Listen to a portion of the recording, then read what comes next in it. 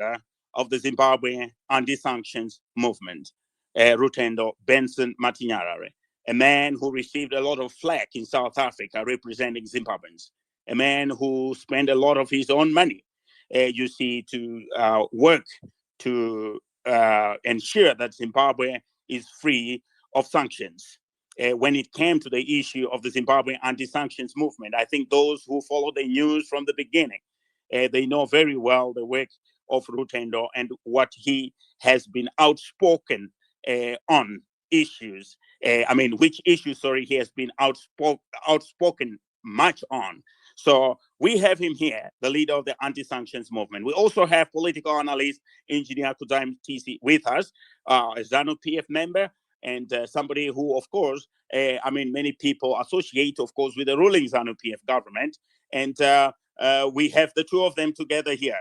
Recently, Rutendo Matinyarare has been, of course, been very scathing, or rather, can I say, he has been very critical of course, the amendment bill number 3, which, of course, some people call the 2030 agenda. And we are here to ensure that we have a robust debate. We are here to ensure that we represent our generation the same way they represented their generations before 1980, those who went to war. They went to war because they loved this country. And we are here in our generations. We also love our country. What is it that is tangible that we're going to leave for our people? What are we going to leave for our country? We are going to have the great Zimbabwe debate starting now. Let me just greet my co-host, the Hot Seat Empire, Dozobo. The Hot Seat Empire, welcome to the space now. I hope you settled where you are before I introduce now our two guests to our audience. Hot Seat Empire, welcome to the space. How are you today? Great. Hulu, can you hear me? Yes, we can hear you. Go ahead. Great. I'm very excited. Thank you very much to my two brothers, Kudzai and Rutendo. This is going to be a robust conversation. If you have the opportunity, please follow Hulu so that every time we have these kind of conversations, you can be there. And also, please, guys, reshare the space right now because everybody wants to hear what's going to go on down today. Okay. So if you are here, please share the space. It's going to be lit, and we thank you very much, Rutendo and Kudzai, for availing yourselves, guys. You know, everybody wants to hear from you guys. You guys are very important to the Zimbabwean space, and we respect who you are, you know, intellectually, spiritually, and personally. So thank you very much, Hulu. Thank you, Rudo. Thank you very much. Okay, let me those who are requesting, guys, I see you. You can remain on the request. It's fine. Vahombe just wants to greet, our guests. He says we cannot start without him greeting our guests. So please, my apologies, guys. I'm just bringing Vahombe so he can just greet, the two guests before they begin the debate. Vahombe, welcome to the space. It has been a long while. It boggles my mind where what has been happening with you. You know that you're the one who likes that statement. Wahombe, what's up? How are you? Speak, Wahombe. Speak. Greet Kudzai is here. Greet Rutendo. What boggles your mind today, eh? All right. He doesn't want to speak anymore now quickly. I don't know what is going on with Wahombe. So Wahombe, stay there. Hulu, I think you will have to drop me. Who is that? I can't see them, so I can't really see him. He's here. I can see him. Oh, okay, I can see him. Yes, Rutendo and Kudzai, they know Wahombe. So Wahombe, I don't know. Are you able to speak now? It seems like your network was giving you a bit of problems. Are you able to speak now, Wahombe? Okay. Wahombe's network, I think, is still giving him a bit of issues. Wahombe, if you can hear us, you can listen up now as I'm introducing now the leader and founder of the Zimbabwe anti-sanctions movement, Rutendo Matinyarare. So, Rutendo, you can just quickly greet our audience. You have given a rating of the president a 2 out of 10. That is what you gave this government, 2 out of 10. Well, we will find out from, Engineer Kuzai TC in terms of what does he give to the government as at a rating out of 10. But welcome to the space, Rutendo. Thank you very much for joining us today. Yes, good evening to you, Hulu, and good evening to you, Hot Seat, and everybody else on the platform. Good evening, guys. How are we? And just for the record, Hulu, I didn't say that the president scored 2 out of 10. I said that his performance was mediocre or average. And I think we can say average is what, 50%? Okay. Rutendo, okay, no problem. I get that. I get that. Okay, Engineer Mtisi, welcome to the space. What was going on with your network there? Because we have been waiting for you, but we are glad that you are here with us now. Please greet our audience. Thank you, Hulu, and thank you to the audience. Thank you for your patience. It was not my network. I was still occupied with something. So as soon as I became free, I ready to join the space. So I'm here and I'm ready to discuss the issues that matter. Thank you. All right, thank you very much. Guys, for those who are requesting, we are not going to be wasting time. Please remain on the request. We are going to be bringing you up at an appropriate time. For now, it is just going to be Rutendo and Kuzai. So, Rutendo, without wasting time, let's get on to this. Right. You have been opposing the 2030 amendment bill, you see, which is the amendment bill number 3. Now, I want to find out from you in terms of the performance of this government since 2017, the performance of this government. Why would you give it a rating of 5 out of 10? Can you articulate that to our audience? What do you think has been the performance of this government? Do you think it deserves to be given another chance? Please go ahead. Thank you very much, Hulu. I think, first of all, let me put this into context. Fundamentally, I do not disagree with the entire amendment bill. I disagree with certain elements. I disagree with the process that is being undertaken to review the amendment of this bill. And so that was where my issues are. So I'll give you some examples so that we understand what I'm talking about. For me, the whole concept of amending the Constitution is not a problem. In fact, I think it should be encouraged in a democracy for constitutions to be amended in line with people's changing needs and the changing public interest. So, for example, I would not have a problem with the changing of the constitution to stop us compensating white farmers. I would not have a problem with changing the constitution in terms of even the term limit, because I believe that we are spending too much time in an electioneering mode. 5 years, in the 5 years, 2.5 years is spent by people busy bickering about who won the election and preparing for elections. And half of the time, there's no work being done because people are busy fighting over elections. So a 7-year extension for me makes sense, because then we spend 2 years fighting over elections and electioneering, and then another 5 years executing and getting the job done.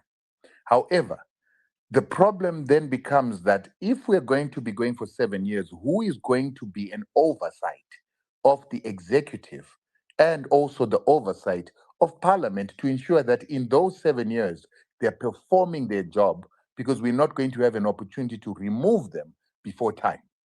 So if it's a president, I want to know that we've got a parliament that is going to be able to hold the president accountable, make the president answer to how he is performing. And if he's not performing, they should be able to recall the president as an active parliament.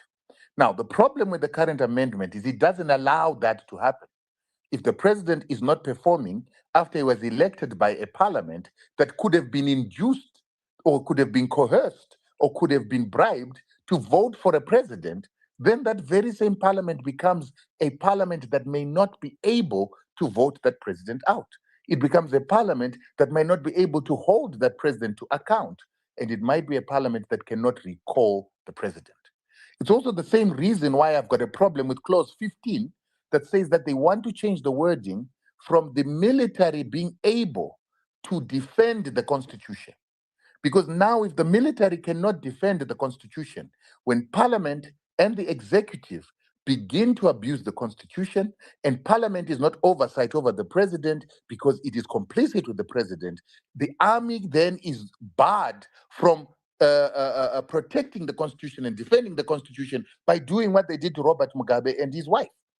Robert Mugabe and his wife were abusing the constitution. Parliament was complicit with them. However, the military was able to step in and to remove the threat to the constitution, because they should be able to defend the constitution from threats within and threats without.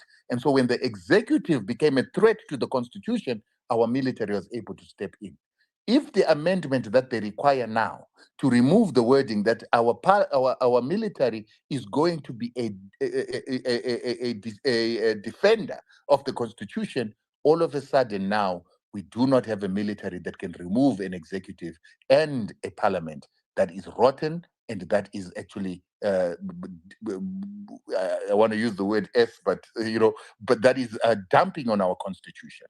So that is where I have a problem. I also have a problem with a parliament that is going to elect a president for us. In Zimbabwe, we've got a custom and a culture. The custom and the culture is that we elect our president and we elect our parliament. By electing our parliament and our president, we're able to tell and get from the people if they're happy with their parliamentarians, if they trust their parliamentarians, and if they trust the executive, and if they trust the parliament that is going to be oversight over the executive. In general, we have seen that people generally give more votes to the parliamentarians than to the president. And with the current president that we have, he has been getting about 53% of the vote, while his parliamentarians were getting 64 to 65%, illustrating that people had more confidence in the parliamentarians who were going to be oversight over the president. And so I would not want us to lose that vibrancy and that feedback through our electoral process by now having the parliamentarians who are more popular than a president electing a president, yet we don't know how the people feel about that president. The president doesn't feel under pressure if he's not going to see how people vote for him, if he's going to be elected by a parliament that he could induce to vote for him, that he could influence to vote for him.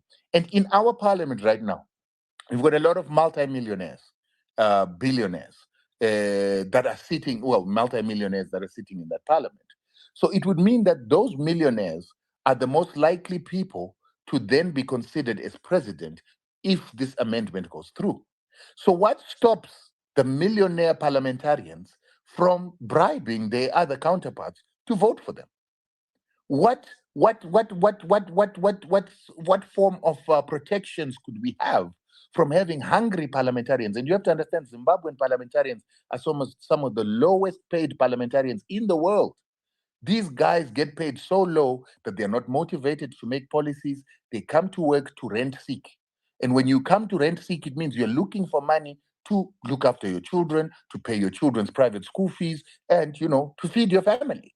What then stops them from taking a bribe from, let's say, Scott Sakupwanya, who's got money and he's in parliament, and he says, I am eligible to be president because I'm in this parliament, elect me.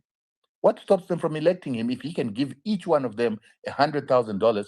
And worse still, let's say there's a billionaire who can afford to give each parliamentarian $1 million.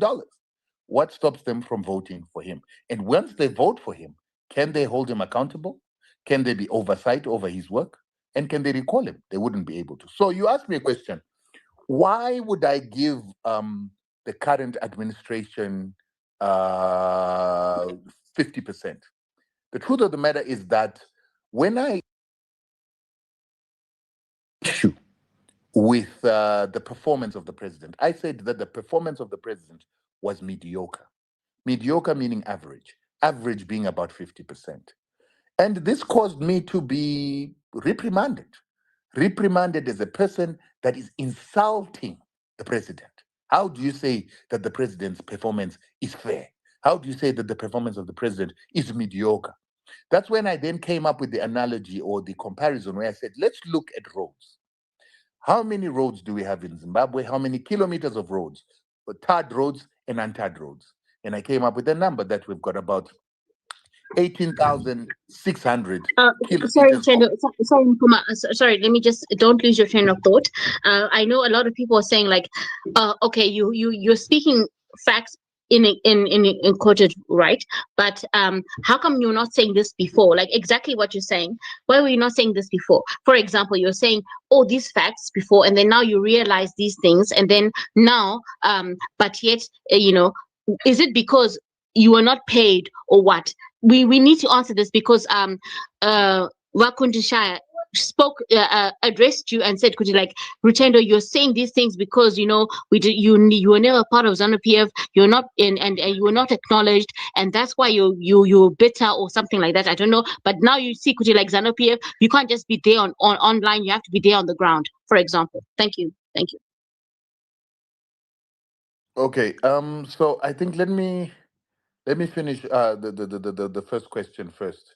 So so I then said, but mediocre is not an insult, and then I decided to deduce it to numbers. Let's look at what has the president done with roads and infrastructure. But I'm going to look at roads particularly.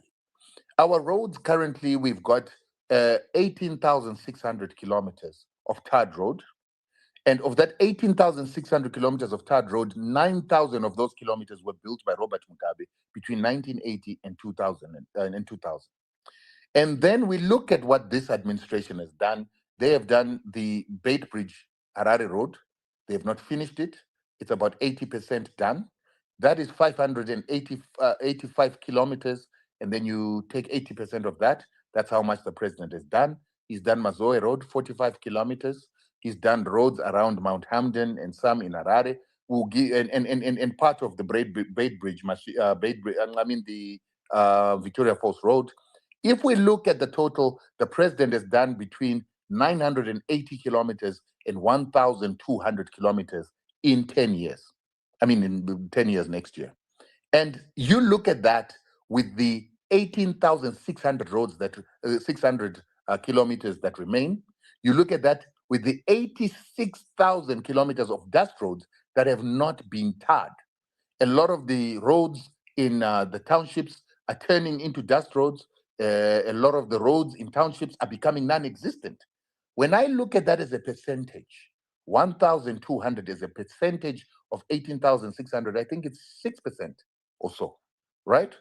So when I say his performance has been average or mediocre, I'm actually being very generous if you really think about it. Because when we go to healthcare, same thing. You will see that most of our hospitals are dysfunctional. The medicines, critical medicines, up to 65% of critical medicines are not found. Only 2 hospitals have got cancer machines. The rest do not have. Again, you will see that we'll score 6%, 5%. So that is the thing that has made me come up with a respectable analysis or assessment of his performance by saying it was mediocre. Now, someone has asked, why didn't you say this before? I've made a video today where I'm specifying to people that my role, ever since I started engaging with Zimbabwe and the Zimbabwean government, has been the role of building brand Zimbabwe, building the identity of our country, giving dignity back to Zimbabweans by telling the good story. And the good story was being told because everything about Zimbabwe was stereotypically negative, and there were tropes about Zimbabwe that have been pushed by Western media, local media, the opposition. No one was telling the good story. So I said, I am not going to tell the good story and the bad story all at the same time. I'm going to only tell the good story so that Zimbabweans will begin to be seen in other ways other than negative. And I said we did that particularly while fighting sanctions, because when we were fighting sanctions, no one wanted to hear the Zimbabwean story because the assumption was the government is incompetent, the government is corrupt, and so therefore there are no sanctions in Zimbabwe. So we had to start saying, no, there are sanctions in Zimbabwe, and there are good things happening in Zimbabwe. But what is hindering progress are these sanctions. And once we began to do that, once we went to the UN to get them to tell us whether there were sanctions or not in Zimbabwe, and if they were hindering service delivery, the United Nations confirmed. Only then you saw the South African government, Cyril Ramaphosa and them beginning to join us. So that's why I never said these things, because I was promoting and building a brand. Now, we've reached a point where there is an amendment about to happen to our foundational, or what we call the foundation of our civilization, which is our constitution. A constitution that was chaired and created by the same president, Emerson Mnangagwa, who is there today. They gave us that constitution. They also told us how that constitution can be changed. And among the things that need to be done to change the constitution is to enable the people of Zimbabwe to have an input, to discuss, debate, and give their input on what they feel about the amendments to the constitution. I decided to be like any other citizen, to give an honest opinion of what I felt about this constitutional amendment. But with that, I also began to have an analysis to try and say, I want to assess whether the current president deserves another extra 2 years, and will he make a difference in the extra 2 years? That is why when I talked about roads, to say if the president has taken 10 years to do 1,200 kilometers, if we give him another 2 years at a rate of, I think it's 120 or 130 kilometers per year, will he really make a difference on paving the remaining 18,600 kilometers that haven't been done? Will he make a difference of making sure that we have X-ray equipment and more ambulances in the next 2 years? I am not convinced that he'll be able to do that. So I gave my opinion. What I do not understand is why, when war veterans, former military commanders, have given their own sentiments on this constitution, Tendai Biti has given his own perception on the constitution, Monzora, Chamisa, the one person's opinion which was taken so negatively and became an issue of discussion was mine. My question is why? Why am I unique and different to any other citizen that is giving their opinion? Why is All right. it that I have such a negative fallout, including threats, just for giving my opinion? Lastly, while we're giving this opinion, every citizen of Sorry, Hulu. Just because we know people are going to No, say this. Ruda, please check your message box. Please check your Okay. inbox. Please allow Rutendo to complete. Sorry, just check your inbox. Rutendo, please go ahead. Again, this constitution said all citizens must have an opportunity to discuss and debate. They should be able to meet, to caucus, and they should be able to workshop and teach each other and discuss what it is that they feel about this constitution. But we have seen people being beaten, people being arrested. We've seen the offices of opposition members being burnt, and even think tanks being burnt. And then there are no investigations done by our police. The police doesn't give us any sense of who it is that has done this burning. Neither do they bring out statements against those kind of terrorist activities. Now we begin to wonder why. And the perception that is built is that our government is trying to stop those who are opposed to this amendment from talking. That again goes against the constitution that was written by a committee called COPEC that was chaired by the president, the current secretary of ZANU-PF, Dr. Emerson Mnangagwa. And our question is, why would they trample over a constitution written by their own president and the president of the nation? So again, I ventilated my protest that this cannot be. We don't have a problem with amending the constitution. Some of the clauses that are being amended are well in check and we agree with them. But if we're going to amend the constitution, let's follow the processes. And if we're going to amend the constitution, let's follow the steps that need to be followed. So where you want to change a term limit, it stipulates that a term limit can only be changed if we have a referendum. Yeah. There is no other way to increase a term limit except through a referendum.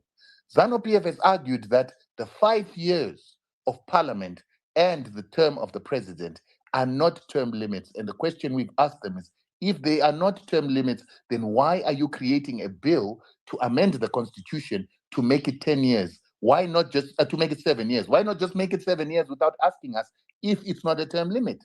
They have to consult us and they have to undertake the process of changing the constitution, because 5 years is a term limit.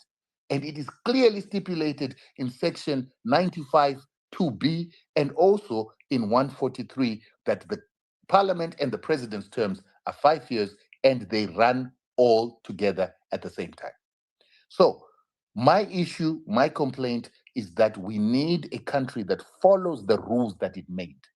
The constitution we made is not like the Lancaster House constitution that was imposed on us by the British. This is a constitution that we've created on our own. The president has already started following that constitution by compensating white farmers, something most of us do not like. And he says he's compensating white farmers to follow the constitution. So if we're going to amend the constitution, he needs to follow the very same precepts of the same constitution that he chaired and created, because no one forced us to create that constitution. Thank you. All right. Thank you very much, Rutendo. Please, guys, retweet the space. We want everybody to listen. Engineer Kudzai MTC, my job is very easy now. Please take it up. Go ahead. Okay, thank you, Hulu, and thank you, everyone. The issue of amending the constitution, which is Constitution of Zimbabwe, Amendment number 3 bill, obviously it has triggered a lot of debate among Zimbabweans. That is part of the process. We have said, and even the president has said, everyone should be free to give their opinions. As much as Rutendo gave his opinion, other people are also free to give opinions about him. So he shouldn't take it as negative. He should take it as criticism also. I don't have a problem with anyone criticizing the president. That is our right. I can also criticize him if I want to. That's fine. It's allowed. So I have no issue with Rutendo giving criticism or anyone else criticizing the president. That's not a problem. In fact, the people driving this bill, the people who support this bill, they have done their campaign politically smooth. They did rallies, they did their slogans, they go around trying to motivate people. We go out here trying to make arguments in support of the bill. So our position and our campaign has been clear and clean. It has been us promoting what we love. We have seen people attacking us personally, attacking other people, and calling people names and all that. But to give credit to the 2030ists, as we can call them, they did a smooth political job. I feel like Zimbabweans got caught up in the 2030 thing so much that they never got out of it. That was a political campaign. Those were rallies, those were slogans. This amendment bill is not just 2030. It is a comprehensive bill with 22 clauses that make a lot of different, they have different, they change several sections of the Constitution, and most of them, even those who are disagreeing some, they still agree with most of the clauses there. So don't reduce this bill to be about President Mnangagwa staying until 2030. What is his performance? This bill is not being done for President Mnangagwa only. No, the 7 years that is coming to be part of the Constitution today, tomorrow, and forever, until other people think they want to change it. So as we go from now onwards, everyone will get the 7-year term. If I become president, I will enjoy those 7 years. The next person who gets it gets the 7 years. At most, President Mnangagwa will just get 2 additional years of his term. And if you go to the issue of the parliamentary system, the parliamentary system is the most commonly used system in the world. Those places that we call democracies, even those that were imposing sanctions on Zimbabwe saying we're not a democracy, they actually use that parliamentary system. That's their system. That's what they use.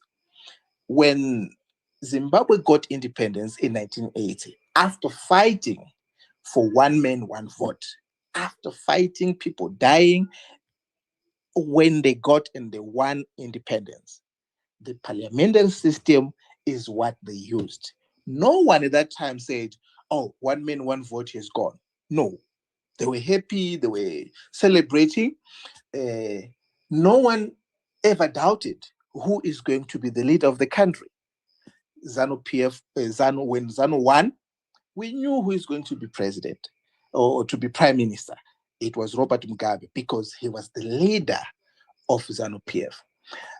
Rutendo is making a very, I think, uninformed argument, to be polite, a very uninformed argument when he says billionaires, millionaires are going to bribe some MPs to vote for them, and then Scott Sapanya, because he's a billionaire or a millionaire, he can do that.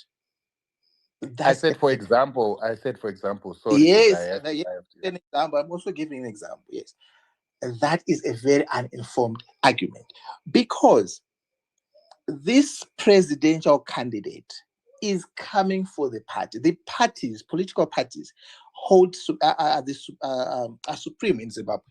You see, Scott Sapanya is an MP today because of ZANU PF.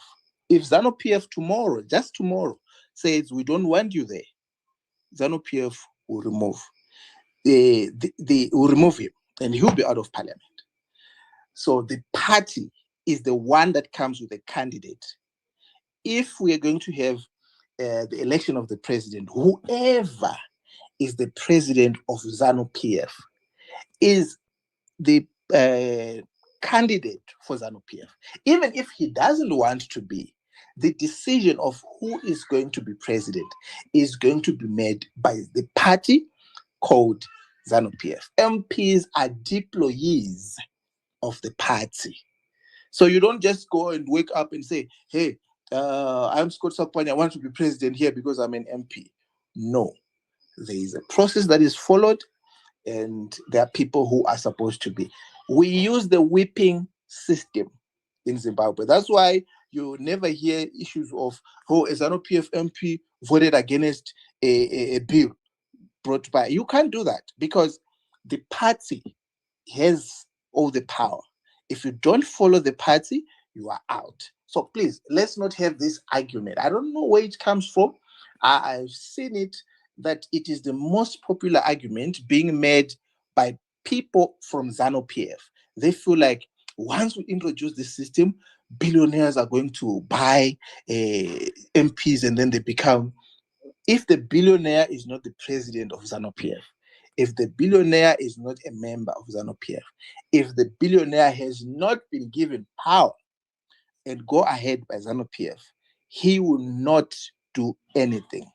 That's why anyone who becomes member of Central Committee, Politburo, it is the party. Right. Sorry, before you go ahead, a lot of people, every time you say something, people say they bring that screenshot, like you were given 100,000. Sorry, Rudo, have you read your inbox? Wait. You read your inbox, Rudo? Hang on. Can I make a submission? You can ask your questions after that. Yes, Rudo, please allow him. Yes, all the questions that you have. Go ahead. Please, all the questions that you have, you can ask, and I'll be able to answer any question. But let me make my arguments in response to what Rutendo has said. That's all I want to do. So I'm crashing out that argument because this system that we call the parliamentary system, as I said, it is the most common system. It is the system used in Britain. It is the system used in India. India is the largest democracy in the world. They use that system. In the United States, they use the electoral college system, which is similar to that because they don't directly elect their president. In South Africa, they use the same system. In fact, in South Africa, it's worse because people vote for the party, and then the party chooses the MPs. In Zimbabwe, it will be different. We actually have a better system because the people will choose those MPs that are going to elect the president. That was done in 1980. That system was removed in 1990, guys. It's not new to Zimbabwe. It was there. It was removed by ZANU PF, and they brought this new system. It didn't work. It had its problems. That's why we are revising, as Rutendo said. It's allowed to revise a constitution. It is allowed to correct your mistakes. a constitution is a living document, and let it live, let it be amended and everything. That's what is happening. And that section, especially that part of using the parliamentary system, there is no argument, even from anyone. There's no legal person who has come out and say, oh, this part here, it needs a referendum. No. If there is any part that people are arguing about a referendum, it is the one of changing the electoral cycle from 5 years to 7 years. This is where we have seen people arguing that it needs a referendum. That is a legal argument. And because it's a legal argument, those people, we expect them to go to court and test their arguments. We are not going to dwell much on legal arguments on the streets. Legal arguments are made in court if you have them. That's why I'm not going to usually quote those sections and all that. I would rather make a political argument, because that's what we're going to debate in the political sphere. The legal arguments are made in court. We have very sharp lawyers, about diabetes, even Professor Maduku, who is a legal guru. They should do their arguments in a court of law if they think they are right. We say they're not correct. We have made our arguments. The Minister of Justice has made it clear it doesn't need a referendum. They can go and make the argument there. We don't have a problem with that. Then, so the issue of bribing is out. That we go to the president and his performance. From a political perspective, from a political argument, the president's supporters, these are the people that love him. These are the people maybe that voted for him. Those are the people that appreciate his efforts. And those are the people who can say, we don't have a problem with him staying 2 more years. I may say, I actually want him to stay 5 more years. But the law as it stands does not allow. The constitution as it is does not allow that. We cannot add 5 years to his term, because that will be a 3rd term. We have term limits, which says 2 terms. So this issue about term limits comes again into play. What are the term limits? The term limits are 2 terms. You are limited to 2 terms. That's it. What is a term? A term, to be clear, or to be very technical here, the term is actually 3 to 5 years. It's not 5 years. It's 3 to 5 years or even more. 3 being the minimum that is considered a full term. So a Zimbabwean president or a Zimbabwean president can actually serve more than 10 years. And they say you have served 2 terms. A Zimbabwean president, as it stands, can serve 6 years and be deemed to have served 2 terms. So that was the argument that we make, that these terms are not really strictly about years. Because if they were about years, why is this someone who serves 3 years, after serving 3 years, they get recalled, they go home, then they come back again, they try, they become a president. After serving 3 years, they get impeached. That person, even though they have served 6 years in total, they are deemed to have served 2 terms. That's the limit. So if you see where the strictness of the term limit in Zimbabwe is about that 2 term, that's where it is. President Mnangagwa, by 2028, he would have served more than 10 years, because he started in 2017 and he was finishing a term. He was finishing President Mugabe's term in that cycle, and he served another, but he will serve more than 10 years. So if you say 10 years is the limit, that if you do it, you go. It's not. It's never. It's not strictly that way. Anyway, that is a legal argument, and that is the position that people who are saying this is not the case, that's what they are making. Allow them to make that, and that's their democratic right to do so. Now, As for the performance of the president, as Rutendo put it, this is relative, it is subjective. It depends on who you are, it depends on the metric that you're using, it depends on what you're looking for. Rutendo has been bragging that he removed sanctions. But if you ask him now, when were those sanctions removed? I think he will say 2024. I think around March 2024. So 2024, that's when the sanctions were removed, which is 2 years ago. So are you going to judge this president's performance from when the country was under sanctions, or you are going to start judging it when the sanctions are not there? They're still there, although you say they're not there. But which metric are you using? If you're going to compare his performance with, let's say, President Mugabe, for instance, which years are you going to compare? See, which years are you going to compare? Are you going to compare the years before the sanctions were there, or you are going to compare the years when Zimbabwe was under sanctions and led by President Mugabe, and the years when President Mnangagwa was Zimbabwe was under sanctions and President Mnangagwa was the president? Because if you look at why people give a lot of credit to President Mnangagwa, is that they look at 2000, when the sanctions hit, up to 2017, when President Mugabe was removed. They look at that period and say, what was happening in Zimbabwe? Was there a road built during that time? None. Was there much development? Not much to talk about. What was the inflation during that time?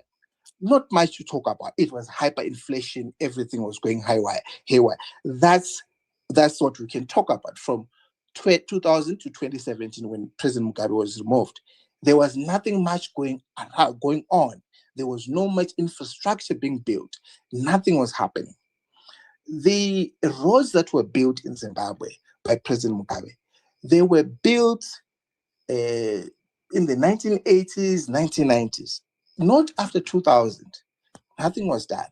Even during the GNU period, from 2009 to 2013, there was only one road that was built, which was built from Plumtree to Mutare, the Plumtree to Mutare road. It was built that time. It was funded by this a bank in South Africa. And what do you know? That loan was never paid. If you ask now, who is paying or who paid the loans? That loan, it was paid under President Mnangagwa. So that loan, that road, Rutendo, Plumtree to Mutare, you give it to President Mnangagwa, because he is not Tendai Biti, who was a finance minister there, or during the GNU. They didn't pay for that road. They didn't pay anything. All the payments made for that road were done under President Mnangagwa. So it is his road. We have to give it to him. If you look at the Beit Bridge Harare Road, it is being built by President Mnangagwa. You can't compare with President Mugabe, because why? President Mugabe took loans. There was a lot of goodwill, loans from the IMF, loans from the World Bank, a lot of loans that were taken to build some of the infrastructure that we see in Zimbabwe that was built during his years. Those loans, some of them are still there, are being paid now by President Mnangagwa. He's the one doing these talks, trying to restructure the debt and pay it. Why? It was never paid. So you can't compare someone who is using the resources, taxes that he's collecting to build roads, and someone who was having access to credit lines, international credit lines. That's very, very different. That's very different. If you go to the Beit Bridge Road, it is paid off, it is paid up. The money that was used, it is the money from Treasury. All the dams that he built, that were built under President Mnangagwa, they were being paid from Treasury. Almost all the infrastructure development that he did not include having debt. The debt that was still burdened with from the Mugabe time, Mugabe era, Some of it was for building infrastructure, and it was not paid back. So we need to judge the president according to the context. From 2017 to 2024, when he was president, he was still, the country was burdened with sanctions, as you said. You fought the sanctions and they were removed. Just less than 2 years ago, that's when they were removed. And you expect him to make miracles in those 2 years? No, you can't expect him to make miracles in those 2 years. But what can we credit him for that we can see clearly and that we should give him credit for? One, there was an issue of subsidies. We had lots of subsidies in Zimbabwe that were creating corruption, that were creating inefficiencies. The president was bold enough to remove them. He removed them. He ended fuel queues because of that. There were no fuel shortages after that. People used to queue for Millie Meal. That was gone because of his pragmatic economic policies. We go to the issue of the currency. We struggled to reintroduce the currency. He went here, he tried this, but it is this president who was bold enough to say, we need our own currency. Let us bring it back. Let us do everything to keep it and have it. He tried, he pushed, he did everything. And now the currency is there. The currency is stable. The currency is being used. And the use of that currency is expanding day by day. He did that. The infrastructure, you could see it. If you are coming from South Africa by road, you go to Bed Bridge. The moment you step into Zimbabwe from South Africa, you see the big, massive infrastructure that was built under President Mnangagwa. If you choose to fly from South Africa or to go into Zimbabwe to Harare, the airport that you get to, you see how massive it is. And it was done under him. If you look at electricity, imagine if he didn't manage to build those 2 power stations, what would be happening? Because we have Kariba now, more than 1,000 megawatts capacity, but it's only producing 250 megawatts, 200, 400 megawatts at most because of the shortage of water. That was mitigated by the fact that President Mnangagwa was quick to implement the Hwange 7 and 8 project. He's even another one that is coming into the pipeline of refurbishing 1 to 6, unit 1 to 6. He is doing that. The dams that he built, some of them that were started long back, the progress, you can see it now under very difficult circumstances. This is the president who is working hard, who is having development under a environment of sanctions. You can say that because the sanctions, what they really did and did very well, was to isolate Zimbabwe, especially from the international finance credit lines. So even now, when you say the sanctions were removed, Zimbabwe still can't access international credit lines easily. It can't. That's the reality that we face. So no matter what we can say about the sanctions removed, the conditions are still the same in terms of accessing external credit lines. He doesn't have that, but he is doing his best. That one we can see, and that one we give a credit to him. And you spoke, Rutendo spoke about holding the president to account. As we speak now in this current constitution that we have, the parliament can impeach a president. The fact that even President Mugabe, when he left office, it was not through whatever the military was doing and all that. They could do anything, but Parliament is the one that came and said, we are going to impeach you. That was the most credible threat that he was facing. He was going to be impeached by Parliament. So Parliament has the power to hold the president accountable. Even the president elected by parliamentarians can still be held accountable by the same parliament. That issue of impeaching a president is not being removed. If these amendments were removing that to say no more impeaching the president, then we could say, oh, they can't hold him to account. They can still impeach him. So the parliament is still there to hold the president to account. In fact, this time, where a president is being elected by parliament, they even have more power and more influence on this president that they elect. Then let's go to the issue of the military. You spoke about, Rutendo spoke about this clause that says, that changes from the military upholding the constitution or defending the constitution to the military acting in accordance with the constitution. I don't understand why any rational Zimbabwean would go against that. The military are not elected. They are not elected by anyone. They don't have that right to, as you said, to just remove a president. That's why they couldn't do it even under President Mugabe. They didn't remove President Mugabe. They couldn't do it and they were not allowed to do that. The people who could remove President Mugabe is the parliament of Zimbabwe. That's the parliament that was sitting and saying, we're going to impeach you, Mr. Mugabe. And when that happened, he didn't write a letter to the military to say, I'm resigning. He didn't have to account to them. They are not elected.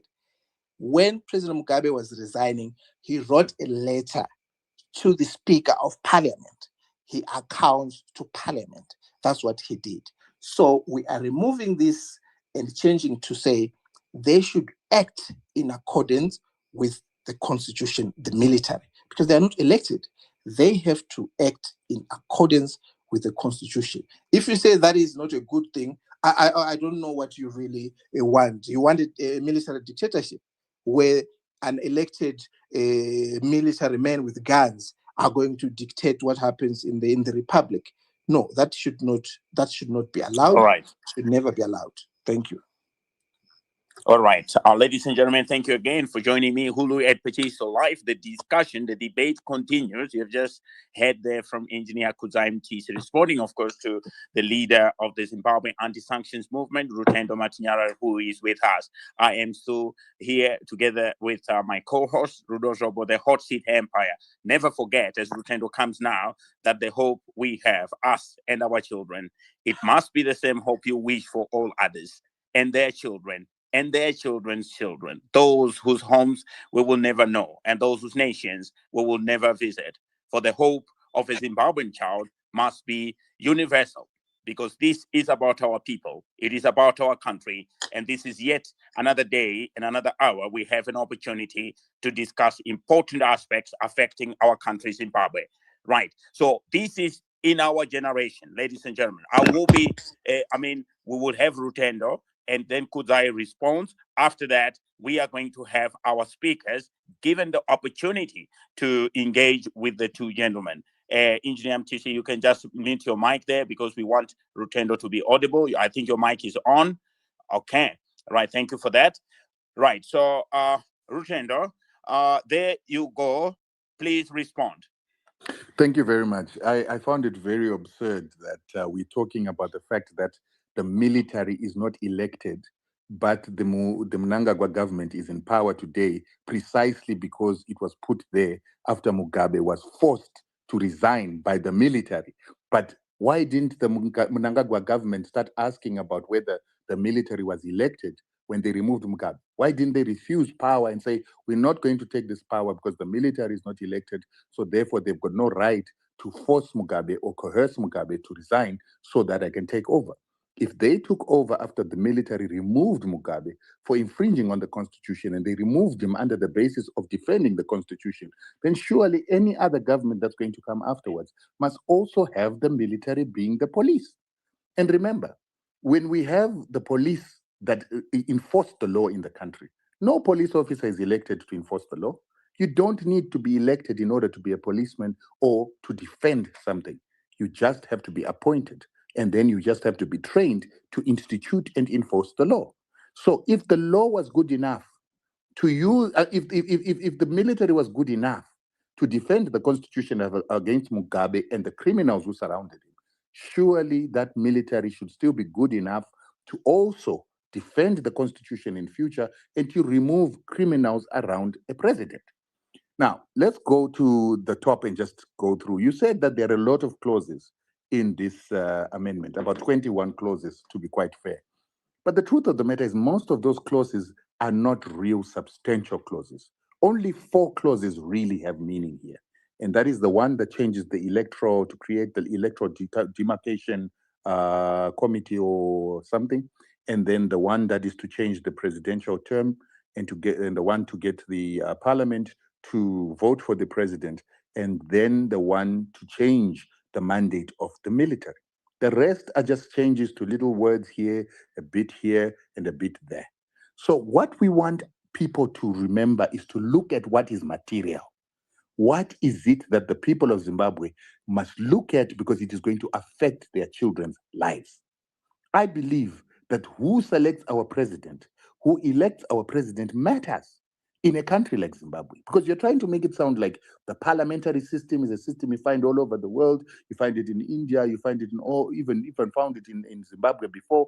Bruh, the constitution we're using in Zimbabwe when we were using that system was a constitution imposed on us by the Lancaster House Conference. It was the Lancaster House Constitution, not ours. When we had an opportunity to change that constitution, we changed it. In 1987, we started saying we want an executive president who is elected by the people and a parliament also elected by the people. So what changed? What is it that changed between 1987 for you to say, let's go back now to the British system? And I think what is changed is obvious to everybody, that the parliament of Zimbabwe is poorly paid. The parliamentarians are poor. They are rent seekers. They don't make the law. They are not, don't spend time researching on laws that benefit the people of Zimbabwe. They spend time looking for money. They spend time looking to undertake agendas of business people. And this is why we see that business people have ascended into the public office. They've ascended into running the party. They've ascended into determining what happens in the country. So yes, bribery is going to take place because it has already taken place. That's why Chabangu took over Nelson Chamisa's party. We know that people were paid to cross sides and to give ZANU-PF a 2/3 majority. And that parliament is no longer a parliament in which people are making decisions from morality. They're making decisions from their bellies. So I don't trust such a parliament. And I don't trust that such a parliament can be trusted to pick a president. You then say that, but the president is not picked by the parliament. It is actually picked by the party. But if the party is being run by money, if the party is being run by billionaires, then how can we then not say that the party can then choose a person to go into parliament to then become president just because he's got money that dictates what the party does? We are seeing it in Zimbabwe that money talks, and it talks more than the policies of a party, right? And you also have to remember that the party can no longer decide in advance who is going to be a president, because the person that is going to be elected to be a president from the parliamentarians is somebody that must win in their constituency. Our current president struggled to win in his own constituency previously. So under the current system that you want to create, he would not be elected in a parliament because he would probably not make it to parliament because he did not win in his constituency. And there are a number of people. Ziyambi did not win in his own constituency. So chances of a person like that becoming a president or being picked beforehand by the party becomes now. So it is the parliamentarians who have got money to actually contest in their constituencies, win elections in their constituencies, who are going to make it to parliament, who then stand the chance of being picked as president. Then we go and say, the candidates of ZANU-PF choose that, okay. And you then talk about what we're trying to do is to change the electoral cycle. My question I want to ask you is, where do you get this word electoral cycle? Where did you guys get this word? Because the Constitution of Zimbabwe stipulates what a tenure in power is, and they do not use the word cycle, they use the word length. And this is defined in section 95, 2B, and also section 143. So where do you get this word cycle that you're trying to use? Because it's not within the Constitution. Are you using the word cycle to try and deceive people from understanding that there is something called a length that is defined and constitutes a tenure and constitutes a term? And that term is 5 years. 5 years is the maximum. That is why you hear that in section 328, when you want to change the Constitution to increase, so you're looking from a maximum going forward, not looking at the minimum. You wanted to confuse us by telling us about the 2 years and then the 3 years. That doesn't matter. It's irrelevant, because what matters to the Constitution and what the Constitution seeks to limit is the ability to increase. So you look at the maximum. What is the maximum number of years that constitutes a term? It's 5 years. So that maximum cannot be increased, it cannot be grown, cannot be expanded without breaking a term limit. And there is a term limit. That's why you have elections every 5 years. There is a term limit, because that's why you are now trying to amend the Constitution to allow you to move it from 5 years to 7 years.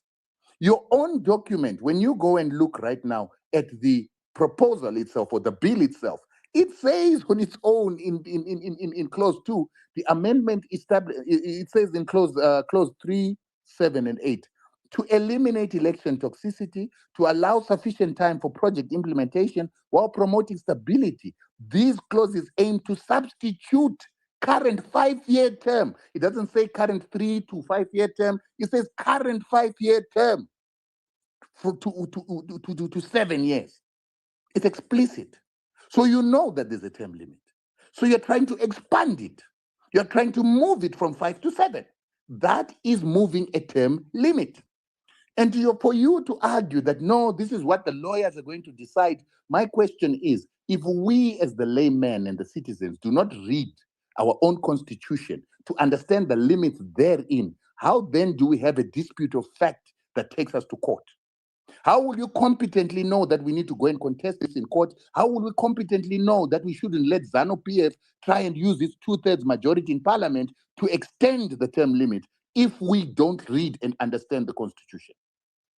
You are arguing about something that you say you are not a lawyer, you're not going to spend time going through the clauses. So you didn't read the clauses. If you didn't read the clauses, how do you speak with authority about the issues you're speaking on? You're speaking on a matter you don't understand. So how do you come and try to argue a term, argue a cycle, and put in these new words if you're not reading the Constitution yourself? We come from there, we go to the issue of, you said that Zimbabweans are limited to 2 terms. I have a problem with anybody in ZANU PF who wants to argue that they agree that we've got two term limits, but they do not want to identify what constitutes a term. How would you be able to count that your president has done 2 terms if you do not agree and there's no consensus on what the length of a term is? You do not hassle with the term 2 terms because you know the definition of 2 terms is 5 years. You are not, it's limited to 5 years. You know that. Everybody knows that. But for some reason, since Jonathan Moyo came about with this play with words of cycle, and that the cycle is not limited because the Constitution does not say it is limited to 5 years, you have continued to try and create the impression that there is no limit. There is a limit. That's why your own bill says it wants to move it from 5 years to 7 years. How would people, right? So you say Zimbabweans are limited to 2 terms, okay? Terms of 3 years and 5 years, okay? Sanctions were removed in 2024. That's your saying, and I agree with you. And you said, so where are we going to measure the performance of the president? The president removed Robert Mugabe while there were sanctions. And he removed Robert Mugabe and came in with the Second Republic, which said that it wanted to do better than the First Republic. He has taken credit for growing gold production to record levels. He has taken credit for breaking wheat production records, taken credit for tobacco production records. All this has happened under sanctions. Why is it okay to take credit for the records that are broken under sanctions, but not to take credit for the failures that take place under sanctions? Iran is manufacturing right now hypersonic missiles that are giving the Americans a tough time while they're under 46 years of sanctions. If they can do that under sanctions, what excuse do we have for failing to build roads, to put water into people's houses, to tap water into people's houses, and to give people enough electricity? I also heard you being hypocritical, trying to say that Mugabe built a road from Plumtree to Mutare, which is a higher quality road than the Masvingo road, and it is longer than the Masvingo Road, and it took shorter than the Masvingo Road. It's 667 kilometers done to the highest possible standards with world-class toll gates. Why can't the current president, and that was done under sanctions, why didn't the president do the same with the Masvingo Road, which is shorter? And you said that he doesn't owe any money on it. That's a lie. Bitumen is owed right now 120 million US dollars. They might not have gotten funding from banks to do that road, but they definitely are holding out on the suppliers who have built the road and are not being paid. That is a loan. Then you try to discredit Mugabe building the road to Plumtree Mutare by saying that he took loans for it. But then you go again to try to take credit for the building of Wange 7 and 8, yet the loan was given for that. So why should we give the credit for Wange 7 and 8 when you haven't paid the loan for it and when you were given a loan for it? If Mugabe is supposed to be discredited of his work because he got loans, why should we credit the Mnangagwa government for taking loans and building something? If we credit the Mnangagwa government for building Wange 7 and 8 through a loan, and they're currently going to give, I think, the Indians control of sections of Wange so that for 25 years, so that they can be funded to build the other expansion that is happening. And they also got a loan to fix Kariba Dam, 292 million US dollars, million euros to fix that dam. Why can our president get credit for that? But you don't want to give the same credit to Robert Mugabe. You then said that the fuel queues were ended by President Mnangagwa. That's not true. The fuel queues were ended in 2012, 2013, under the GNU, when Kudata Gure was given control of the pipeline, the Beira pipeline, by a minister of MDC. That giving control of that and Kuda getting deals from Trafigura and Glencore is what made fuel queues disappear. It was not President Mnangagwa. It happened before President Mnangagwa. In fact, the economy of Zimbabwe grew faster between 2010 and 2013 under the GNU. The current government has not grown at the rate that that economy under Mugabe grew. And the stabilization of the economy also took place at that particular time. So people could say that President Mnangagwa is benefiting from the legacy of Mugabe that stabilized the economy, that stopped it from having that hyperinflation that it had, and that actually started providing fuel and making it easier to do business because some sanctions were removed by the Europeans and the Americans at that point. So it's all good to try and make Mugabe sound like he wasn't doing anything. Mugabe did a lot. And quite frankly, the Mnangagwa administration benefited from the work that was done by the Mugabe administration. Kudata Gure is a creation of the Mugabe administration. And he came in after being created by the Mugabe administration to then help the Second Republic to become what it is. Then we talk about, I think, well, I'm almost finished here. Electricity, yeah, and I think we're done. So the fact that the Mugabe administration could get credit lines that the current Mnangagwa government might not be able to get is a testament to better financial management during that period of Mugabe than the current administration. Because why can't you get loans now? Why shouldn't you get loans when you're having trade surpluses, when you are having more foreign currency earnings? And lastly, we need to stop lying to people that Zimbabwe is not getting access to multilateral credit lines because of sanctions. They are not getting loans from multilateral lending institutions because they owe them over 13 billion US dollars and they haven't been paying their debts.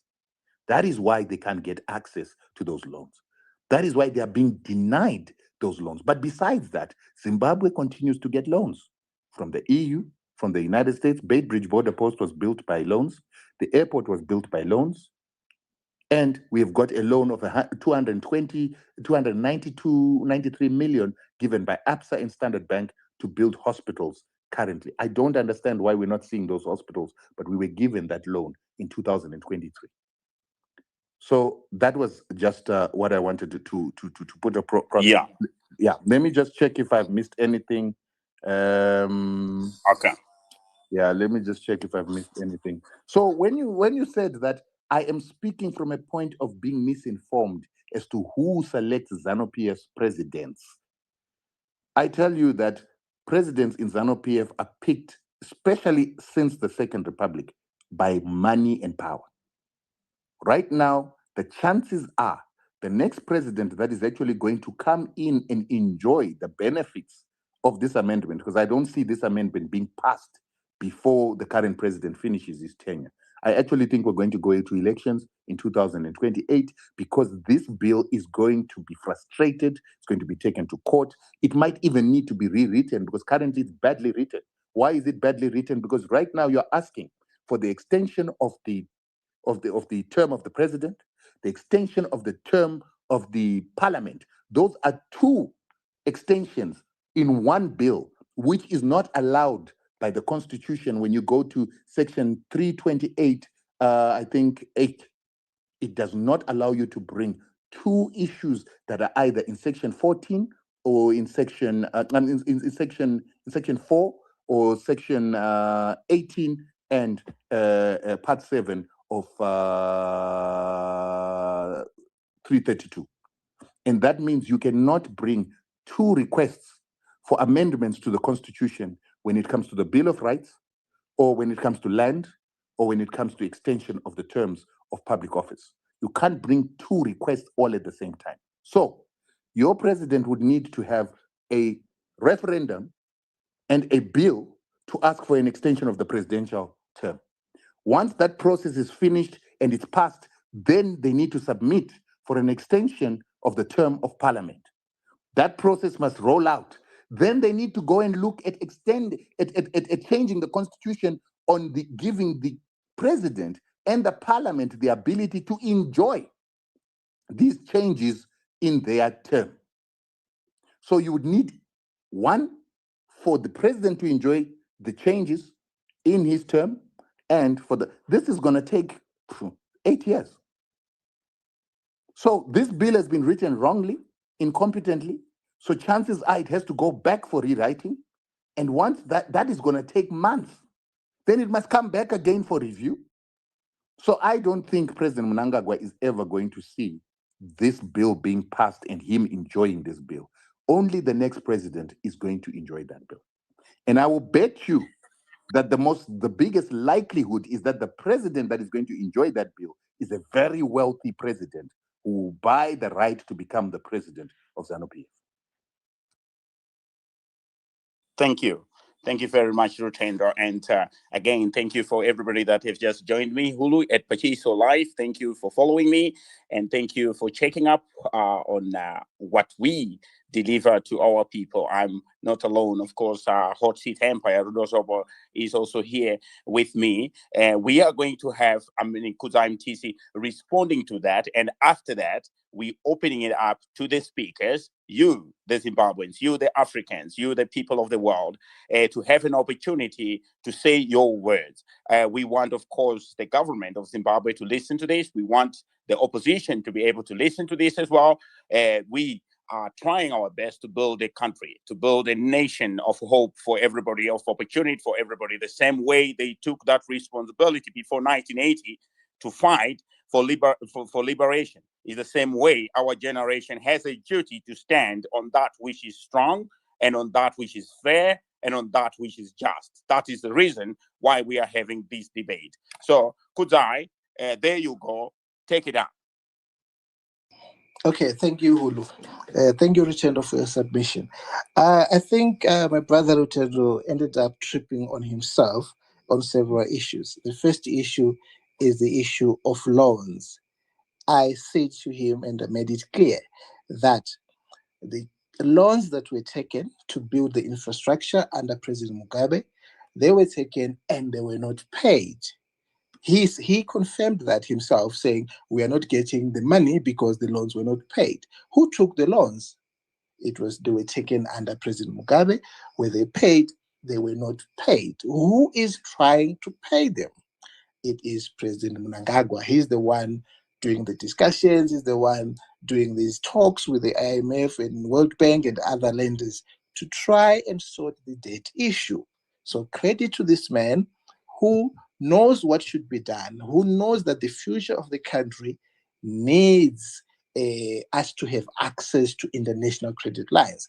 And for us to have access to international credit lines, we need to have good relations with these lending institutions. We need to pay back the money. He's doing that. That's a responsible adult. We now have a responsible president. Give the credit to him for that. I think Rutendo again did not understand me on the this road, Plumtree to Masing, to Mutare. It was built during the GNU. And I said that road was built quick and fast by G5, the G5 group. Those are the people who built the road through a loan. That's why it was fast. That's why it was done so quick and everything. But that loan was never paid by the people who got the loan. It is being paid, or the payments started under President Mnangagwa. So when I say give him credit, I'm saying give him credit for being the man paying for what was done by others who don't know that you pay for what you borrow. He is paying. That's the man. So who should we give credit to? The one who goes to get the loan and not pay, or the one who is paying? I would give credit to the adult in the room who is responsible, who is paying for that. So it's his road. Credit should go to him because he's the one making the payments. That's straightforward. Other projects that were done, he was wise enough to do what we call you see these projects where you build BOT. the BOT. Yes, he was wise enough to do BOTs. You see, BOTs are different from the loans that we're talking about. You build with your money, you take the tolls, and after some time you hand back to the government. Nothing wrong with that. This Bait Bridge, the bridge there across connecting Zimbabwe and South Africa, it belongs to the Zimbabwean government. It was completed, I think, in 1994 under a BOT arrangement. It was only handed to the Zimbabwean government in 2014, after 20 years. It now belongs to the Zimbabwean government. That bridge at Bait Bridge there, that is used by cars and everything. It was built under a BOT arrangement. After 20 years, it was given back to the Zimbabwean government. The bridge is there. We're using the bridge. We now own the bridge. So there's nothing wrong with being a smart president, creative enough to have this kind of BOT arrangements. That's how you grow a developing country. We don't have much money to fund all our infrastructure. But if you have a smart president like President Mnangagwa, you can talk to people and say, hey, you have money. Can you build this for us? Put toll gates, or you collect the fees here. And then once you are done collecting your money, you hand back this to us. It's done everywhere, even in South Africa. This year, they're getting this Gautrain. It's now being handed over to the Gauteng government after some years of these people taking their money and all that. Now they're giving it to the government. So it's a smart arrangement. If you can do that, you are a smart president. So that's what President Mnangagwa has been doing, and that's what he did. And we saw the impact of that. It is there. So credit goes to him. On infrastructure, I give him lots of credit for two reasons. He's doing it without accumulating a lot of debt. Even the payment arrangement that he does with the local contractors, they're very flexible, they're very friendly, because these are the people that were empowered by the government. See, that all those contractors that you see that are doing the roads, they were empowered by the government. Secretary Guamatang, I think he explained that all this equipment that you see, they have them because through us, we gave them the contracts, we gave them the jobs, we allow them to grow, and now they can serve us, and we pay them under friendly terms. That's fine, and everyone is being paid, and people are happy. That's why they keep building, even though they have some money that they're owed, but they're working. We know this, and we give credit to this president for that. Then I have very, very I don't understand why Rutendo again is coming back and saying the military removed Mugabe. The military did not remove Mugabe. They could not remove President Mugabe. When a military removes a president, it takes over. That's what you see a military removing.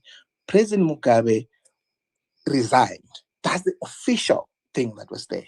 He resigned. And he did not resign after talking to the military. No, he resigned when there was a process of impeaching him through parliament. That's the time he resigned. If you go and check the videos of the resignation, it was announced through a letter to the Speaker of Parliament, not to the to General Chiwenga, who was the commander of the Defense Forces. No, he didn't send the letter there to him. He didn't. And he sent to Parliament because he accounted to Parliament. That was the strict thing that is followed. You can have your own views and conspiracies, but they are not official. What is official is he was being impeached by Parliament. There was a real threat of impeachment, and he responded by resigning through the Speaker of Parliament. That's what's there. And that's what should happen. Even any other president who comes, he should account to Parliament, because Parliament MPs are elected representatives. They're elected by the people. They are the ones who stand for the people, for the millions of Zimbabweans out there. That should be the process, not that a major general, a lieutenant general is the one who should say, hey, this president is misbehaving, let's remove him, and then they remove him.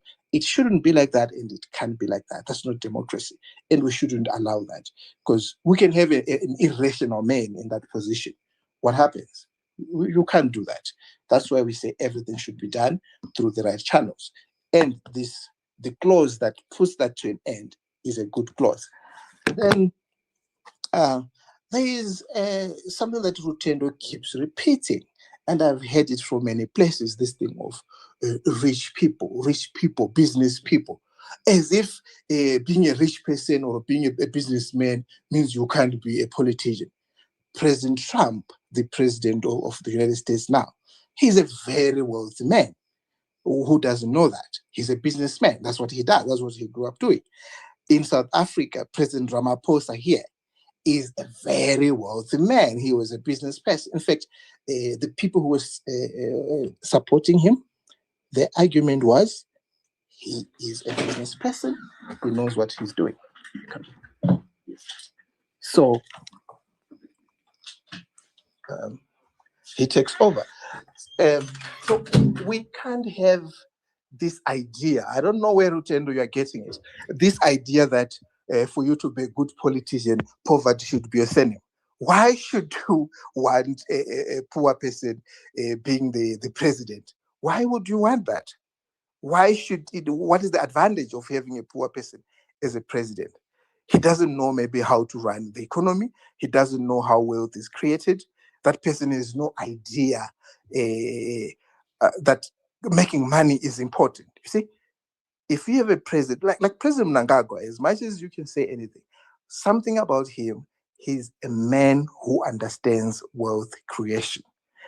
Everyone he meets, everyone he talks to, he'll tell them, go out there and make money.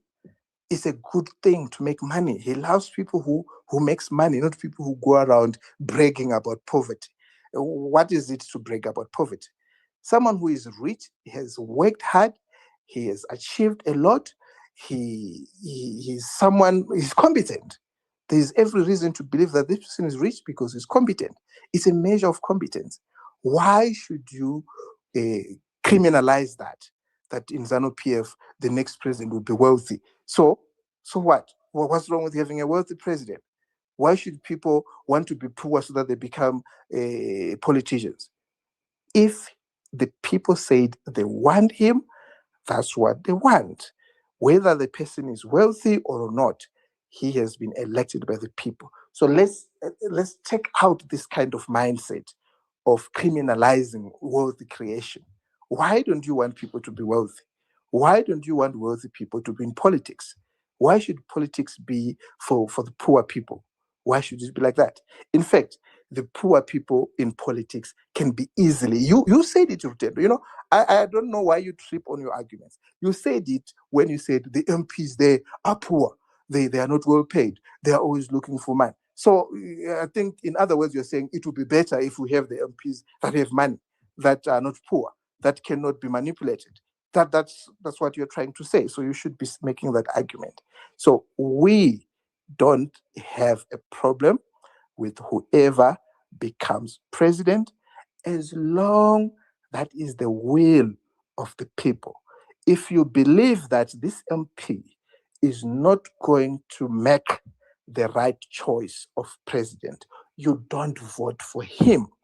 Simple. You still have that power. The MPs that are going to elect the president are elected by you, Rutendo, and me, and everyone. If you feel like, I don't trust this person to make the right choice of the president, you simply don't vote for that person. That's what you have. It is the same thing you see now in Britain. As you said, the British system is the same system that we have. If they say they don't want the current prime minister, for instance, to be the next prime minister in a general election, they'll simply vote for MPs of other parties, not the Labour Party. That's what they do. So they still have that power. It is very, very misleading to say people who don't directly elect their president, they are not enjoying democracy.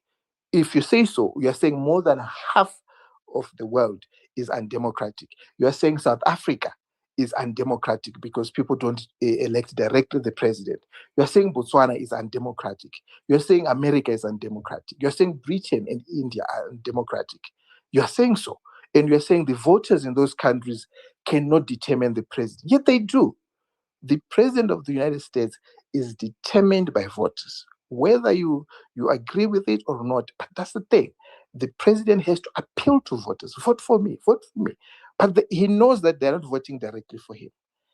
In any election, there is a choice made that influences the president or the ruler of the country. So whatever we're doing here is not new. Whatever we're doing here is very common, is done elsewhere. Whatever we're trying to do here is something that is actually done in most of the countries, and it's good for the country for many reasons. Now, on the issue of term limits, term cycles, and all that, I didn't say you cannot make your view. I said you have made your view. We heard it. What you're saying about the term limits and all that, your argument, you made it. Fine. It's your argument. We have made our arguments.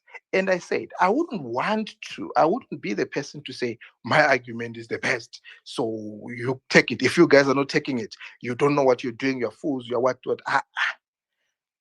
This is what I think. I've said it. You said what you think, Rutendo. You've said it. But on legal arguments, the test is made in a court of law. That's where who is right and who is wrong is going to be made there. See, whatever you're doing, I wouldn't want to go deeper into you, debating you and stuff, without a judge here in front of us to make the decision that yes, this is Rutendo who is right, or it's Kudzai who is right. It's just a waste of time. See, you stand with your arguments, I'll stand with mine, we stand with what you have said. That's true. But the test on that one is going to be done in the court of law. When it comes to the issue of the parliamentary system, it's not, you are not arguing that it's unlawful, it's illegal, or the process is not right. No, you're not arguing about that. You're arguing that it has weaknesses. That's a political argument that you're making. As you make it, the MPs are listening. They have also heard what we said, that this system is not new, it's used everywhere. This system has a way of making sure no one can abuse it. And this is the way, through the supremacy of the political parties that deploy these people. This system, it will ensure that anyone who wants to be president, whether it's you, Rutendo, whether it's the billionaires that you talk about, they should have a political party. They should have MPs that they sponsor and they campaign and they win, so that those MPs can vote for them. That is the process, and that's democracy. That the person doing it has money is not an issue.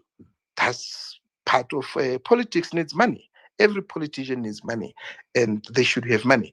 Even if you don't have money in politics, if you have good ideas, people with money will come and support you. That's why we have donors, we have even citizens sponsoring political parties. It's all about that. It's not just by the person having money. No, you can come without money and to raise money and do your politics and win, as long your arguments are fair. So all in all, when I look at the arguments being made, they are mostly emotional arguments. They are mostly irrational, especially when everything is being taken to be about President Mnangagwa, as if President Mnangagwa is going to be the president forever, as if President Mnangagwa is a president for life. You see, that's not true. The systems that are being put are going to be used by us, by people who come, and everyone. The 7-year term will be for everyone who becomes president. It's for everyone, it's not for one person. The new systems of registration and all that, they are for everyone. Everyone who wants to do that thing, every Zimbabwean will go through the process. Don't individualize this thing. Don't use it against one man. Even the issue of, I heard Rutendo talking about, oh, this president was making 50% and what. The president is not, or does not need to contest another election. So if he says it's about him, that's a wrong argument. It's not about him. He is not going to contest another election. If anyone who is going to contest the next election for president will go through this new system. It doesn't matter who you are, whether you're from ZANU-PF, whether you're from a CCC or MDC, you are going to go through the same process. It's not for ZANU-PF. It's not for individuals. It's not for President Mnangagwa. It's a new system for the country. Let's take it like that, and let's when you're doing the arguments, do them based on that this is for the country, not for an individual. So don't include President Mnangagwa and be about him and project hate for him on the bill. No. Your views about President Mnangagwa, or the hate against President Mnangagwa, or whatever you feel about him, should be taken out of that bill, because it's not for him. There is no way where it's written ED will do this and that. After that, this thing won't happen. No, it's now a system that will be used going forward. Thank you. Right. We continue with the debate. Ladies and gentlemen, for those that have just joined us, thank you again for joining me, Hulu, at Pichiso Live, and with Rudolph Robo, the Hot Seat Empire. We are having, of course, the leader of the Zimbabwe anti-sanctions movement, Rutendo Matinyarare, together with political analyst Kudzai Mtisi, having a showdown on this very important discussion about our country, Zimbabwe. So it would be just fair for me to, before I bring the speakers, to go back to Rutendo, so he can just respond briefly. Otherwise, we are opening it up now to everybody. Please remember, guys, that due to the number of people who want to talk, and with due respect also to our guests, I would suggest that you have only a single question, if possible. If we've got two questions that you need to give, so you choose between the two of them, and then you can be able to direct your question to any one of them. If you can make one question, that would be good. If you can do two in quick succession, I don't think that can be a problem.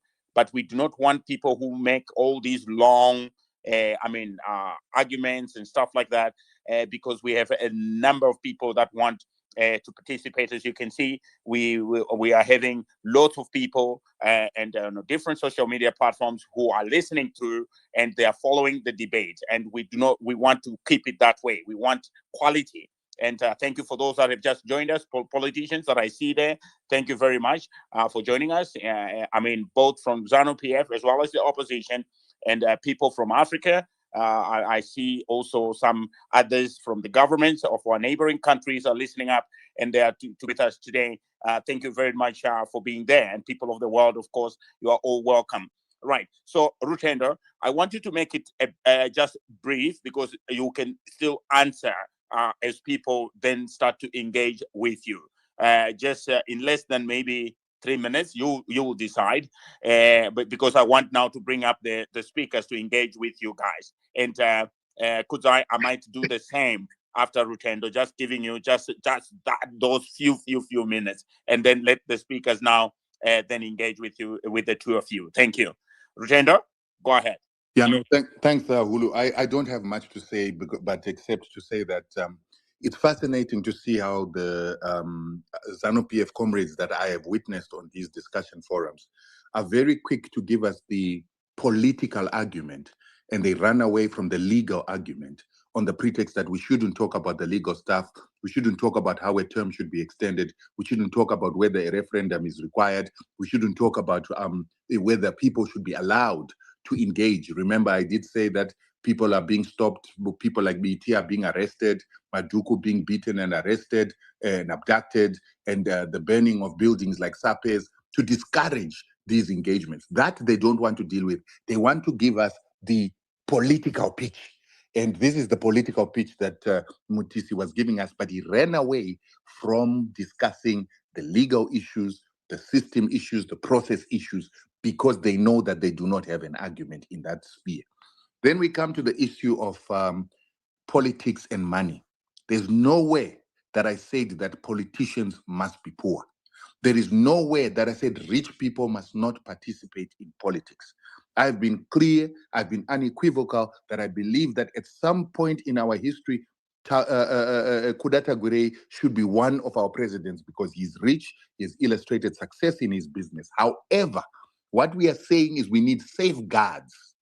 Our presidents need to be held accountable. They need a parliament that is robust, that is going to hold them accountable, that is going to remove them if need be through a vote of no confidence. But if we remove that safeguard of the people electing a president and then the parliament being an oversight, and money not being used or not being used to manipulate poor parliamentarians, then we've got a problem. So we could easily make such an amendment and overlook the fact that people with money have a power of coercion. They've got the authority of their money to coerce other people to do things. We are seeing things happening in Zimbabwe. Some of these beatings, people are saying they are not being done by government, but there are people who are being paid somewhere by someone to do the beatings. What that just says is that when people have money, they have a capacity to use people, to employ people, to do things on their behalf. So what stops a billionaire who employs 15,000 people from employing 200 parliamentarians to then do his bidding? Nothing. So we need to question what safeguards are we going to put. But indeed, we want rich presidents. We want presidents that have made enough money that they don't need to steal money. We don't want poor presidents who are going to come in and steal. But we also want a well-paid parliament. And we also want to ensure that the parliament does not take the role of the citizen to elect its own president. Then you also talked about people hating the president and people must not hate the president. You see, that kind of language is patronizing. It discourages people from being able to, to air their grievances with the president. It even discourages people from assessing the president's performance. Hence, somebody believed that I was insulting the president when I said that his performance was mediocre. It is because of this political rhetoric. It is this threatening talk. It is this labeling people and trying to label their speech and criminalize their speech so that people do not talk. We cannot have a situation where we are reviewing a referendum in which we are supposed to be giving our thoughts, supposed to be appraising the president's performance to determine if we want to give him another term. And then we have people like you saying that anybody who criticizes the president is therefore insulting the president or hates the president. Such kind of speech criminalizes people and makes them targets. Then lastly, You said that the president is never going to go for another election.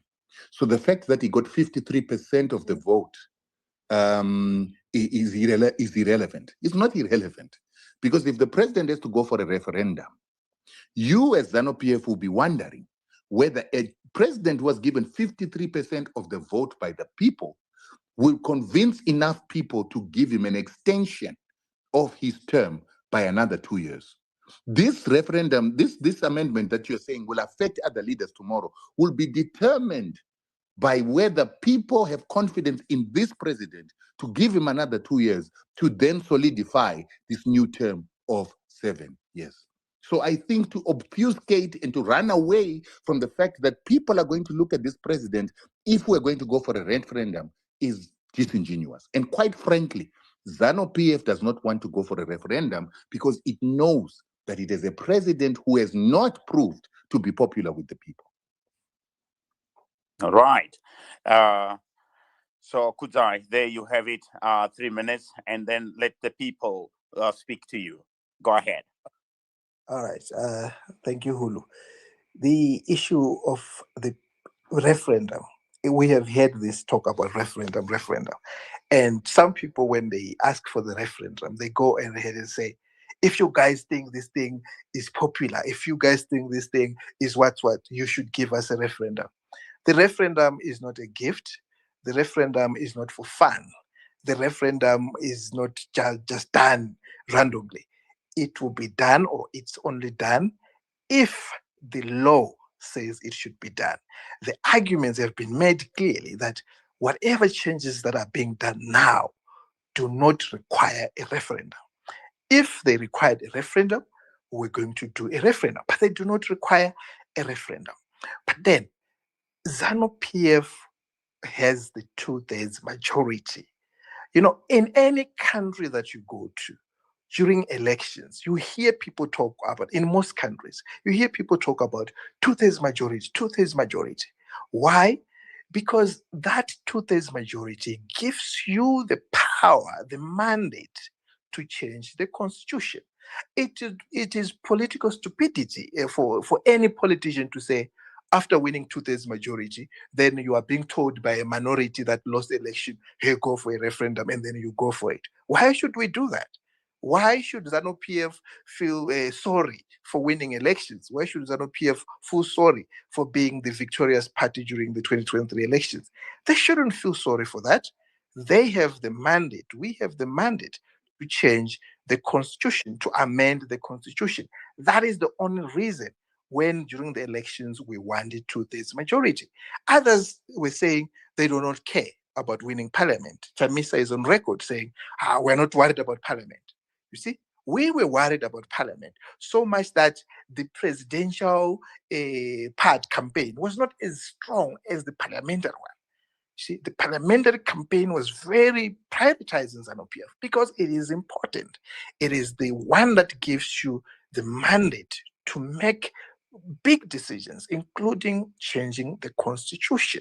So ZANU-PF achieved that, and it is doing that. It doesn't have to feel sorry for doing that. It doesn't have to feel ashamed for doing that.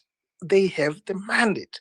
They have to do it. You see, you can't try to blackmail us into a referendum. Hey, you should do a referendum so that you can prove. We are not going to do a referendum to prove to anyone. We do a referendum because the law says there should be a referendum. There is no requirement for a referendum here. The arguments have been made and exhausted, and we are not going to continue repeating them. I have not shied away from making the legal arguments. I have said the legal arguments have been made clear.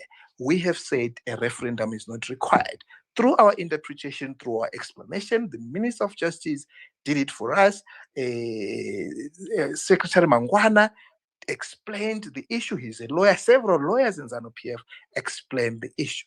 You may not agree with them. We said it. It's fine. You don't have to. It doesn't mean you are right because you disagree. You just disagree. But if you feel like you're too right and you're confident, go to court.